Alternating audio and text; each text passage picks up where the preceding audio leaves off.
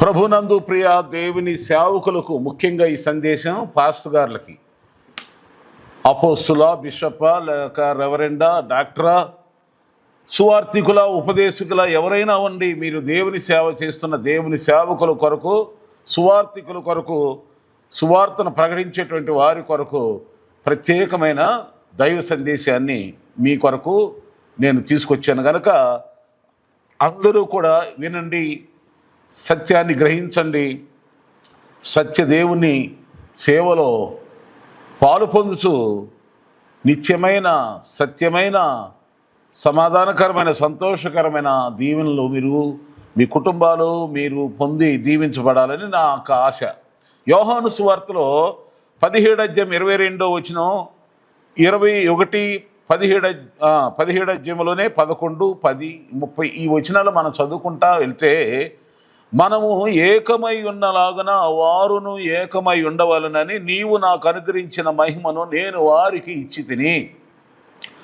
వినండి, దేవునితో పాస్టర్ గారు లేక సువార్థికుడు, అపోస్తలుడు, ప్రవక్త లేక ఉపదేశి, పాస్టర్ ఎవరైనా మీరు అవ్వండి, ఒక చిన్న సువార్థికును మొదలుకొని సీనియర్ సిటిజన్ వరకు ఎవరైనా దేవుని పని చేయాలి అంటే, అనగా యేసు క్రీస్తు సువార్తను ప్రకటించాలన్నా, దేవుని వాక్యమును చాటించాలన్నా, బోధించాలన్నా, చూడండి, దేవుని యొక్క వాక్యం ఇతరులతో స్పీక్ చేయాలంటే మాట్లాడాలి. రెండవదిగా టీచ్ చేయాలి, బోధించాలి. మూడవదిగా ప్రీచింగ్ ప్రకటించాలి. చాలామందికి ఈ యొక్క డిఫరెంట్ ఈ ప్రత్యేకత తెలీదు. అన్ని చోట్ల ఒకే వాయిస్ ఉపయోగిస్తారు. ఒకరితో ఉన్నప్పుడు అలాగే మాట్లాడతారు, 10 మంది ఉన్నా, 100 మంది ఉన్నా, 1,00,000 మంది ఉన్నా అలాగే మాట్లాడతారు. వాక్యాన్ని స్పీకింగ్ అంటే చెప్పు, పలుకు, మాట్లాడు. రెండవదిగా చూస్తే టీచింగ్, వివరించు, బోధించు. అలాగే ప్రీచింగ్, ప్రకటించు, అందరికీ యేసు క్రీస్తు గురించి బలంగా ప్రకటించు. ఈ 3 విధాలుగా ఎవరైతే దేవుని యొక్క వాక్యాన్ని ప్రకటిస్తారో, మనకు ఉండవలసిన, మీతో పాటు నేను కూడా కలుపుకొని ఈ మెసేజ్ నేను చెప్తున్నాను. వినండి, దైవ సేవకులు ముఖ్యంగా వినండి. దేవుడు ఏమై ఉన్నాడు అని బైబిల్లో మనం చూస్తే అనేక విషయాలు ఉంటాయి, కానీ వాటిలో ఒకటి ఏంటంటే, నేను పరిశుద్ధుడై ఉన్న ప్రకారం మీరును పరిశుద్ధులై ఉండండి అంటాడు. అనగా హోలీ హోలీ హోలీ, ఐఎమ్ ఏ హోలీ. నీవు కూడా హోలీ, నా బిడ్డలు కూడా పరిశుద్ధంగానే ఉండాలి అని యేసు క్రీస్తు ప్రభువారు, పరిశుద్ధుడైన దేవుడు ఈ భూలోకమునకు వచ్చి మన పాపాలన్నీ, దోషాలన్నీ, అపరాధములన్నీ కొట్టివేసి మనల్ని శుద్ధులుగా చేసి పవిత్రులుగా, నిర్మలమైన హృదయంతో జీవించాలని, నిష్కల్మషంగా బ్రతకాలి, నిర్దోషులుగా జీవించాలని మన కొరకు యేసుక్రీస్తు ప్రభువాను తన పవిత్రమైన రక్తాన్ని చిందించి మనల్ని పవిత్రపరిచాడు. ఎవరైతే యేసుక్రీస్తు రక్తం చేత తమ పాపములను కడిగేసుకుంటారో వాళ్ళందరూ పవిత్రపరచబడతారని మనం 1 యోహాను రాసిన పత్రిక 1వ అధ్యాయంలో 7 ఆ వచనాల నుండి మనం చూస్తున్నాం. కనుక సంఘం అనే దేవుని సంఘమైన విశ్వాసులారా, క్రైస్తవులారా, సేవకులతో పాటు అందరూ ఆలోకించండి ఈ మాటలు. యేసుక్రీస్తు మనలను తన స్వరక్తం చేత పవిత్రపరచడానికి మనల కోసం ఆయన చనిపోయి తిరిగి లేచాడు. పరిశుద్ధత అనేది మన క్రియల ద్వారానో, మనం చేసేటువంటి భక్తి సాధన ద్వారా కాదు, కేవలం ఆయన కృప ద్వారానే వస్తుంది. కనుక ఆయన ప్రేమ చేత మనల్ని పవిత్రపరిచాడు. కనుక పరిశుద్ధత అనేది పొందుకోవాలి. పరిశుద్ధత దేవునికి ఉండవలసి, దేవుడిలో మన ప్రభువులో ఉన్నది. ప్రభు అయిన యేసు క్రీస్తు మనకు చూపించిన మార్గాలు, మనకు చెప్పిన బోధ, మనకు నేర్పించినటువంటి ఆయన మాదిరి జీవితం హోలీ, పరిశుద్ధత. నా యందు పాపమున్నదని మీలో ఎవడైనా స్థాపించునా అని సవాలిసినటువంటి దేవాది దేవుడు, మహాదేవుడు. పాపమంటే ఏమిటో తెలియని దేవుడు, పాపమెరుగని దేవుడు, పవిత్రుడు, పరిశుద్ధుడు. కనుక దేవునితో ఏకమై ఉండి యేసు ప్రభుతో పరిశుద్ధాత్మ దేవుని నడిపింపులో, తండ్రి అయిన దేవుని చిత్తములో, దేవుని సేవలో నీవు నేను మనం ముందుకెళ్ళాలంటే, ఆయనలతో ఏకమై ఉండి దేవుని పని చేయాలంటే మనకు ఉండవలసిన లక్షణం పరిశుద్ధత. ఈ దినాలలో, నేటి దినాలలో ఎంతోమంది తమ తమ సాక్ష్యాలను కోల్పోతున్నారు, తమ జీవితాన్ని విచ్ఛిన్నం చేసుకుంటున్నారు, కుటుంబాలు విచ్ఛిన్నం చేసుకుంటున్నారు. పరిశుద్ధతను కోల్పోయినాక ఏముంటుంది? ఇంకా అంత పాడే, అంత నాశనమే. పైసలు పోయినా పర్వాలేదు కానీ పరువు పోకూడదు అంటారే. ఈ సమయంలో నేను చెప్పేదేమనగా, పైసలు పోయినా పర్వాలేదు, ఆస్తి పోయినా పర్వాలేదు, ఏం పోయినా పర్వాలేదు, పరిశుద్ధతను కోల్పోవద్దు. పరిశుద్ధత చూద్దాం. ఇలా పరిశుద్ధత చాలా విషయాలని లేవీకాండములో 21:8 ఉంటుంది. నేను పరిశుద్ధుడును గనక నా సేవ చేసే అనగా నా ఆహారం అనే వాక్యమును అందించే యాజకుడు, సేవకుడు, పాస్టరు, అపోస్తలుడు ఎవరైనా పరిశుద్ధంగానే ఉండాలి. మీకు చిన్న విషయాన్ని చెప్తాను చూడండి. మనం ఎక్కడైనా హోటల్కి వెళ్ళినప్పుడు, లేదా ఫంక్షన్లకి, ఎక్కడైనా పార్టీలకి, పెళ్ళిళ్ళకి వెళ్ళినప్పుడు మనకు వడ్డించే ఆహారం ఎంతో విలువైంది, ఖరీదైంది, రుచికరంగా ఉండొచ్చు, చాలా ప్రశస్తమైన ఆహారమే. కానీ వడ్డించేవాడు మురికి బట్టలతోనూ అలాగే అశుభ్రంగా ఉండి, అపవిత్రంగా ఉండి, జిడ్డుతో మడ్డితో దుర్వాసన కొట్టుకుంటూ మనకు ఆ భోజనాన్ని వడ్డిస్తాడనుకోండి. ఆ భోజనం వడ్డించేవాడు, ఆ సర్వ్ చేసేవాడు, ఆ భోజనం తింటామా మనము? అలాగే నేటి దినాలు ఎంతోమంది కాదు, కొంతమంది దైవ సేవకులు, ఎంతోమంది మంచి ఆత్మీయులు ఉన్నారు, పరిశుద్ధులు ఉన్నారు, దేవుని మహిమార్థంగా జీవించే ఎంతోమంది నీతిమంతులైన దేవుని సేవకులు ఉన్నారు. అట్టి వారిని బట్టి దేవునికి స్తోత్రం. కానీ ఇక్కడ నేను చెప్పేది ఏంటంటే, దేవునితో లేకుండా, వాక్యానుసారంగా లేకుండా, ఆత్మానుసారంగా లేకుండా, దేవుని చిత్తానుసారంగా జీవించకుండా ఎంతోమంది విచ్చలవిడి జీవితం జీవిస్తూ దేవుని నామాన్ని అవమానపరుస్తూ అన్ని జనుల దేవుని నామాన్ని దూషింపజేస్తున్నారు. కనుక అలాంటి సేవకుల విషయంలో నేను ఈ సమయంలో మీకు ఈ వర్తమానం అందిస్తున్నాను. దేవుని సేవ చేసేవారు, దేవునితో సేవ చేసేవారు, దేవుని సేవ చేసేవారు దేవునితో కలిసి చేయాలని, ఆయనతో కలిసి ఉండాలి. అంటే ఆయనతో కలిసి సేవ చేయాలంటే ఏముండాలి మనలో? సేవకునిలో నీవు రైట్ రెవరెండో, డిగ్రీలు కాదు, వైట్ డ్రెస్సులు కాదు, లేకపోతే కిరీటాలు కాదు, అంగీలు కాదు, లుంగీలు కాదు, లేక ఈ లోక సంబంధమైన ఆస్తి అంతస్తులు కాదు, పేరు ప్రఖ్యాతులు కాదు. నీకు ఉండవలసింది హోలీ, పరిశుద్ధత. ఆ పరిశుద్ధత నీకుంటేనే నువ్వు దేవునితో కలిసి సేవ చేసినట్టు. అలాగే విశ్వాసులారా దయచేసేనండి, పై రూపాలు చూసి, వాళ్ళ ఆస్తులు చూసి ఎవరు మీరు వాళ్ళ చర్చికి వెళ్ళమాకండి. పై రూపురేఖలు చూసి, వాళ్ళ ఆస్తులు అంతస్తులు చూసి వెళ్ళమాకండి. ఒక విధంగా చెప్పాలంటే మీరే అలాంటి వాళ్ళు పాడు చేస్తున్నారు. ఇంకా పాడైపోరని చెప్పి అక్కడికి వెళ్ళిపోయి, అక్కడికే ఆ పాస్టర్లకే అలాంటి ఆ దేవునితో సంబంధం లేకుండా సేవ చేసేటువంటి వాళ్ళ దగ్గరికి తీసుకెళ్ళిపోయి అక్కడే దేవునికి ఇవ్వాల్సిన మీ విలువైన, వెలకట్టలేని, మీ అమూల్యమైనటువంటి, ప్రశస్తమైనటువంటి మీ పవిత్రమైన సమర్పణలన్నీ తీసుకెళ్ళి వాళ్ళకి ఇచ్చేస్తారు. వాళ్ళు బాగా బలిసిపోయి,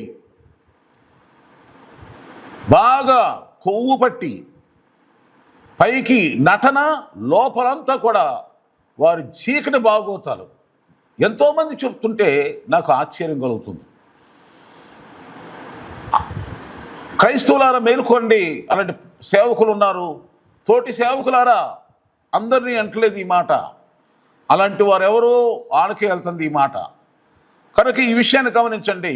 దేవుని సేవకుడు ఉండవలసింది ఏంటంటే, దేవునితో కలిసి దేవునిలో ఉండేవాడికి ఏమో కావాలంటే పరిశుద్ధత. అతని చిన్న సంఘమా, ఆస్తి లేనోడా, అందం లేనోడా, సరైన వస్త్రాహారము, వాహన సదుపాయం లేనటువంటి వాడా, ఉండటానికి ఇల్లు కూడా సరైన లేదా,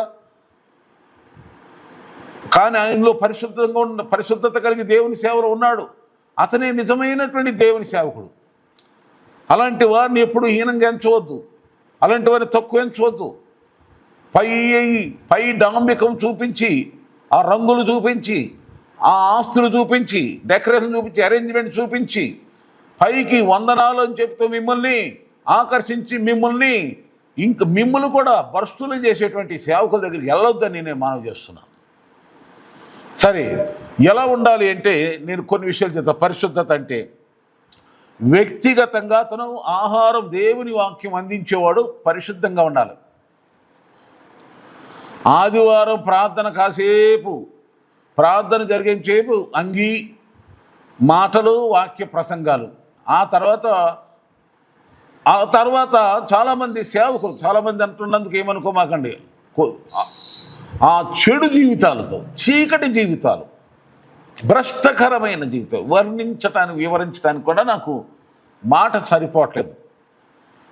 మీరు అర్థం చేసుకోండి. అలాంటి భ్రష్టులైన సేవకులు ఉన్నారు. అలాంటి టోళ్ళు జోలికి వెళ్ళమాకండి. రెండవదిగా వాళ్ళ కుటుంబం హోలీగా ఉండాలి, హోలీ ఫ్యామిలీ కలిగి ఉండాలి. పర్సనల్ లైఫ్ హోలీగా ఉండాలి, ఫ్యామిలీ లైఫ్ కూడా హోలీగా ఉండాలి.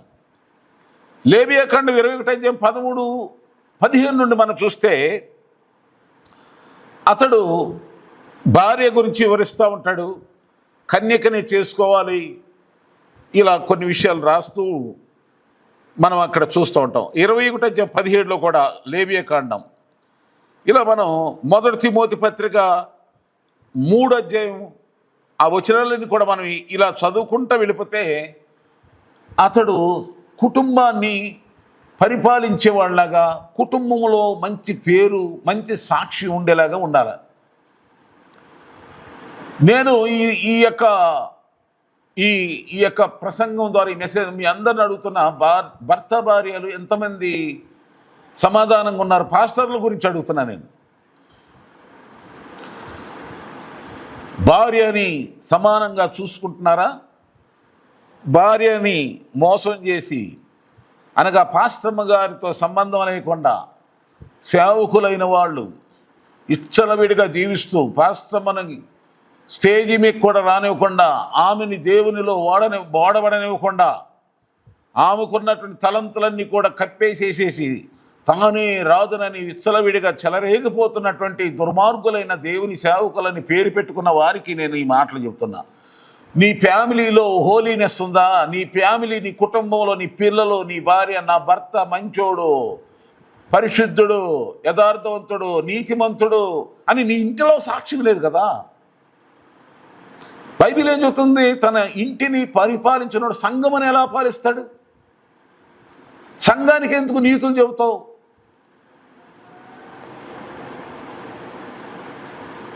నీతులు చెబుతున్నావు కానీ బయట వాళ్ళకి చెబుతున్నావు. నీవు ఇంట్లో లేదు. నీ జీవితం మాదిరి జీవితం, పవిత్ర జీవితం. నీ పిల్లలు అసహించుకుంటున్నారు. నీ భార్య అయితే చాలా, కొంతమంది చెప్పుకుంటున్నారు, కొంత చెప్పలేక బాధపడుతున్నారు. జాగ్రత్త సుమా. నేను చాలా ఈ ప్రాంతాల్లో, నేను ఆంధ్ర, తెలంగాణ రాష్ట్రాలకు దాదాపు 40 సంవత్సరాల పైగా దేవుని సేవలో ఉన్నా. నా చిన్న వయసు నుండి కూడా ఎంతోమంది పాస్టర్ గారుల యొక్క సేవకుల కుటుంబాలు విషయాలు నాకు తెలుసు. అనేకుల గురించి చెబుతుంటే ఆ సేవకుల గురించి, ఆ పిల్లలు, అనగా పాస్టర్ గారి పిల్లలు, పాస్టర్మ్మ చెబుతుంటే భయంకరమైన అసహ్యం తీరు. అటువంటి వాడు ఎలా సేవకుడు అవుతున్నాడు? కుటుంబంలో నీతి లేదు, బిడ్డల ముందు సాక్ష్యం లేదు, భార్య ఎదుట సాక్ష్యం లేదు. అటువంటి వాళ్ళు ఎలా పరిశుద్ధులు అవుతారు? ఎవరిని పరిశుద్ధంగా నడిపిస్తారు? కనుక వ్యక్తిగత పర్సనల్ హోలీనెస్, అలాగే ఫ్యామిలీ హోలీనెస్. ఇక తర్వాత మూడవదిగా చూస్తే మనము లోకములో ఉన్న మనుషులు ఎదుట, స్నేహితుల, బంధువుల, లేకపోతే ఇంకెవరి ఎదుటైనా సరే హోలీగా ఉండాలి. హోలీ, బంధువులు ఎదుటైనా, ఎవరిని ఎదుటైనా. దీని గురించి మీకు లేవియాకాండం 21:11, మత్తయి సువార్త 21:20, మత్తయి సువార్త 8:21 నుండి, అలాగే మత్తయి సువార్త 10:34 నుండి కూడా ఇవి మీరు చూస్తే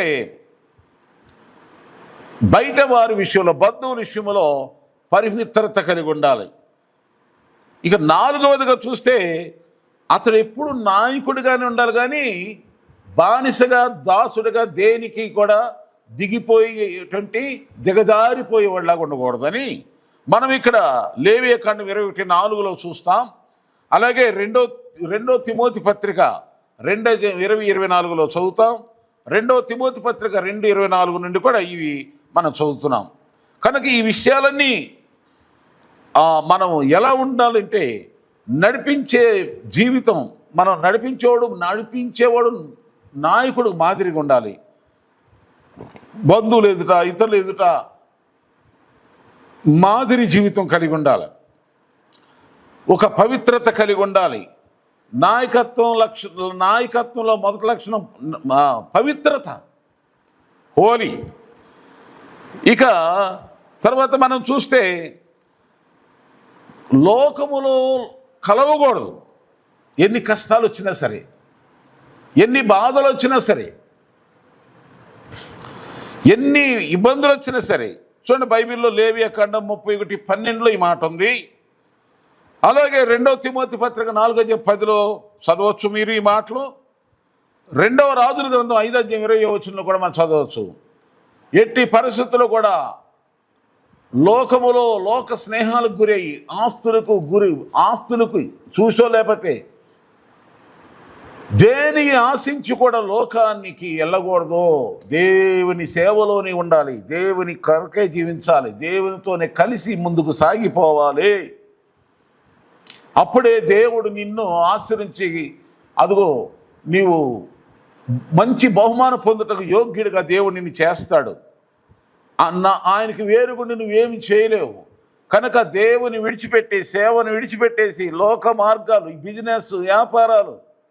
కొంతమంది, ఒక పాస్టర్ నాకు ఒక చోట కనబడ్డాడు. పొద్దునే నేను ఒక చోట వెళితే అక్కడ పొద్దునే వ్యాపారాలు చేసుకునే వాళ్ళ మధ్యలో ఉన్నాడు. కూరగాయలు అవి వ్యాపారాలు చేసుకునే వాళ్ళ మధ్యలో ఎందుకున్నావయ్యా నువ్వు అని అంటే, ఊరినే పని ఉండి వచ్చానండి అన్నాడు నాతో.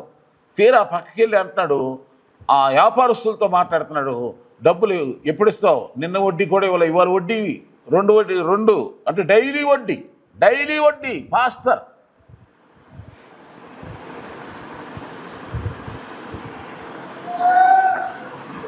అలాంటి వడ్డీ వ్యాపారాలు, రకరకాలైనటువంటి ధనాశపరులకు, ధన సంపాదన కొరకు అటువంటి అడ్డమైన దారులు ఎంచుకొనకుండా దేవుని కొరకే జీవిస్తూ సువార్త వలనే జీవించి దేవుడు అనుగ్రహించేటువంటి వాటితోను తృప్తి పొంది జీవించాలే తప్ప వ్యాపారాల వైపు కానీ, ఇంకా ధన సంపాదన వైపే కానీ దేని వైపు కూడా మరలకూడదు. దానికోసం గడ్డి తినకూడదు. బుద్ధి హీనులుగా మారమాకండి. మనమే చెప్తాం కదా, సేవకులు ఈ లోకములో మీరు ధనమును సంపాదించుకోమాకండి, పరలోకములో ధనము సంపాదించుకోండి. క్షయమైపోయేటువంటి ధనము కోసం కాదు, అక్షయమైన ధనమాన్ని సంపాదించుకోవాలని చెబుతూ నీవే కక్కుర్తి పనులు చేస్తుంటే, ఓ సేవకుడా, ఎవరు మారుస్తాం? మనం ఎవరిని రక్షణలో నడిపిస్తాం? ఎవరిని దేవుని రాజ్యం కొరకు సిద్ధపరుస్తామో పశ్చాత్తాపడాలని, గ్రహించాలని. పరిశుద్ధత అంటే ఏమిటయ్యా? నీ వ్యక్తిగత జీవితం పరిశుద్ధంగా ఉంచుకో, నీ కుటుంబ జీవితం పరిశుద్ధంగా ఉంచుకో, నీ బంధువులు స్నేహితుల మధ్యలో నీ మంచి సాక్ష్యానికి నిలుపుకో. తర్వాత అడ్డదారులు తొక్కమాక ఆస్తుల కోసం నువ్వు దేవుని సేవే చెయ్యి, దేవుని కొరకే జీవించు. దేవుని పని చేసిన దేవుడు ఎప్పుడు కూడా ఒట్టిసేలతో ఉంచడు. పనివాడు జీతానికి పాత్రని దేవుడే చెప్పాడు. తన పని చేసిన వాడిని ఎప్పుడు కూడా సిగ్గుపరచడు. నేను 40 సంవత్సరాలు సేవ చేస్తున్నా, నేను ఏ పని చేయలా, దేవుని కొరకే జీవించే. నేను ఎప్పుడు కూడా కొదువు లేకుండా దేవుని సేవలో నాకు ఇచ్చిన సంతానం, పిల్లలతో, భార్యతో, నాకు ఎటువైపు నుండి అత్తమామల వైపు నుండి కానీ, పుట్టింటి వైపు నుండి కానీ, నాకు ఎటువైపు నుండి ఎవరి ద్వారా ఎలాంటి సహాయం లేకపోయినా, అంటే నా తల్లిదండ్రుల నుండి కానీ, ఇటు నా అత్తమామల నుండి వైపే కానీ, ఎవరి వైపు నుండి కూడా నాకు ఎలాంటి ఆర్థిక సహాయం, పోషణ లేకపోయినా నా దేవుడు నన్ను, నా 3 పిల్లల్ని నన్ను ఎప్పుడు పస్తుంచలేదే. అనేక శ్రమలు అనిపించేనే, చాలా కష్టాలు, మామూలు కష్టాలా? బ్రతికి బట్ట కడతానా, నా పిల్లలు నేను బ్రతికించుకోగలనా, వాళ్ళని అనేటువంటి భయంకర పరిస్థితులు గుండా నేను వచ్చాను. ఈ రోజున నా పిల్లల్ని దేవుడు తన సేవకు ఎన్నుకొని వాళ్ళు కూడా ప్రత్యేకంగా దేవుని పనులు ముందుకు సాగిపోతూ వాళ్ళకి వివాహాలు అయిపోయి పిల్లలతో మళ్ళీ ఆ పిల్లలు దేవుని చేత ఆశ్రయించబడుచు ఇలా దేవుని మహిమార్థంగా దేవుని సేవలోనే దేవునితోనే ఉంటూ దేవునిలోనే ఉంటూ దేవుని ఆత్మానుసారంగా వాక్యానుసారంగా చిత్తానుసారంగా జీవిస్తూ నేను దేవుని పనిలో ముందుకు సాగిపోతున్నాను. దేవుని పని చేసేవాడిని దేవుడు ఎప్పుడు కూడా సిగ్గుపరచడో, ఎప్పుడు కూడా పస్తులు పెట్టడో, అడిగిని ఊహించిన వాటికి అధికంగా ఇచ్చి దీవిస్తాడు. అందుకు నేనే మాదిరి, నేనే సాక్షిని. కనుక పరిశుద్ధతను కోల్పోమాక కుక్క తన వాంతికి తిరిగినట్లు, కడగబడిన పంది మళ్ళా బురదలో దొరికినట్లు, సేవకుడా పాస్టర్ నువ్వు లోకములో ఏదైతే విడిచిపెట్టేసి దేవుని కొరకు జీవించాలి, దేవుని సేవ చేయాలి, వైరాగ్యముతో దేవుని పనిలో ముందుకు సాగిపోవాలని తీర్మానించుకుని సమర్పించుకొని దేవుని పనిలోకి వచ్చావు కదా, అదే పవిత్రత కలిగి జీవించు. అటు ఇటు లోకం వైపు, పాపం వైపు, లేక సైతాను చెప్పేటువంటి ఆలోచనల వైపు తిరగమాక నీ హోలీనెస్, నీ పరిశుద్ధతను వ్యక్తిగతంగా, కుటుంబంలో, సమాజంలో, అలాగే నీ యొక్క వృత్తిలో, అలాగే నీ యొక్క డ్రెస్అప్లో, నీ వైఖరి విధానములో, నీ స్టైలు, నీ యొక్క విధానం ఎక్కడ కూడా మార్పు చేర్పురానివ్వక పరిశుద్ధత కలిగి జీవించు. దేవుడు పరిశుద్ధుడు, ఆయనతో నువ్వు కలిసి సేవ చేయాలంటే నువ్వు పరిశుద్ధంగా జీవించు. దేవుడు అందుకు తగినటువంటి ఆయన కృపను, ఆయన ఆత్మ బలమును, అభిషేకమును దేవుడు ఈ సందేశం దైవజనులందరికీ దయచేయను గాక. May God bless you. Praise the lord.